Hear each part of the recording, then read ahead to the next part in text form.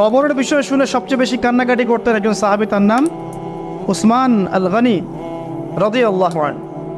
অন্য কোনো বিষয় শুনে তিনি এত কান্নাকাটি করতেন না। এটাই হবে আমাদের জান্নাতের টুকরা অথবা জাহান্নামের গর্ত। আল্লাহ পাক সবার কবরকে জান্নাতুল ফিরদৌস বানায় দেখ। সূরা মুলক রাতের বেলা যারা তেলাওয়াত করবে ইনশাআল্লাহ তাআলা আল্লাহ পাক তাকে কবরের শাস্তি থেকে বাঁচাবে ইনশাআল্লাহ আযজা ওয়া জাল। সূরা ইয়াসিন আপনার কোরআনের মগজ, প্রাণ, হার্ট, এটা যখন পড়বেন আপনি বুঝতে পারবেন কেন এটাকে হার্ট বলা হয়েছে। সূরা বাকারা যে ঘরে পড়া হবে সেই ঘর থেকে শয়তান পালিয়ে চলে যাবে। আমরা তো বাড়ি করলে হুজুর ডেকে আনি, তাই না? ঝাড়ফুঁক করাই, বাড়ি বন্ধ করি, তাবিজ করি, কত কি করি না? মাশাআল্লাহ, আসল কাজ করি না। একটা জায়গায় উঠেছেন, বাসায় উঠেছেন, নতুন বাসা, সূরা বাকারা তেলাওয়াত করেন।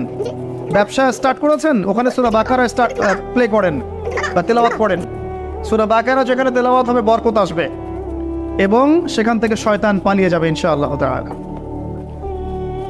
অনেক ফজিলত আছে। সূরা কাফিরুন, ওই যে বললাম 1999 জন মানুষ জাহান্নামে যাচ্ছে, তাদের আমলনামায় কোন পাপটা কমন ছিল জানেন? তাদের আমলনামায় কোন পাপটা থাকতে পারে বেশি? শিরকের পাপ। কারণ কি জানেন? আমি বলছি, সূরা নিসার মধ্যে আল্লাহ পাক বলেছেন, ইন্নাল্লাহা লা ইয়াগফিরু আন ইউশরাকা বিহি ওয়া ইয়াগফিরু মা দুনা যালিকা লিমান ইয়াশা। আল্লাহ পাক তার সাথে শিরকের গুনাহ মাফ করেন না। এছাড়া যে কোনো পাপ আল্লাহ যাকে ইচ্ছা মাফ করতে পারেন। তার মানে যে মানুষগুলো বেশি বেশি জাহান্নামে যাচ্ছে তাদের আমলনামায় যে পাপটা থাকতে পারে কমন, সেটা হচ্ছে কি? শিরক। অন্য পাপ হলে হয়তো আল্লাহ পাক মাফ করে দিতেন, সিম্পল। এই শিরক থেকে আল্লাহ পাক আপনাকে বাঁচাবেন একটা আমলের মাধ্যমে। বলে দেব, সূরাতুল কাফিরুন প্রত্যেক রাতে আল্লাহ পাক যে কথাগুলো আমি বলছি, প্রথমে আমাকে আমল করার তৌফিক দান করুন, আমিন, এবং আপনাদের সবাইকে তৌফিক দান করুন, আমিন। সূরা কাফিরুন রাতের বেলা তেলাওয়াত করলে আল্লাহ পাক আপনাকে শিরক থেকে বাঁচিয়ে রাখবেন সব।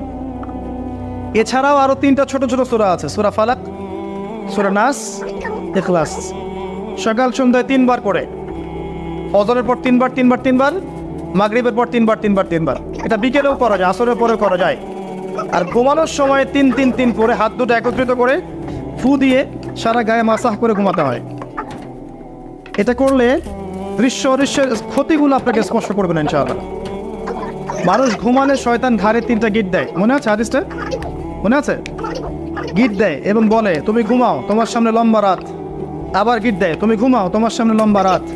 আবার গিট দিয়ে বলে, তুমি ঘুমাও, তোমার সামনে লম্বা রাত। যদি আপনি 3 বার মাসাহ করেন ইনশাআল্লাহ তাআলা দেখবেন সকালে উঠতে আপনার সুবিধা হচ্ছে, এনার্জি পাচ্ছেন, আপনার মতো জড়তা কাজ করবে না। আরেকটা কথা বলতে চাই, সূরা কাহফ, এটা বলে আমি অন্য পয়েন্টে যাচ্ছি।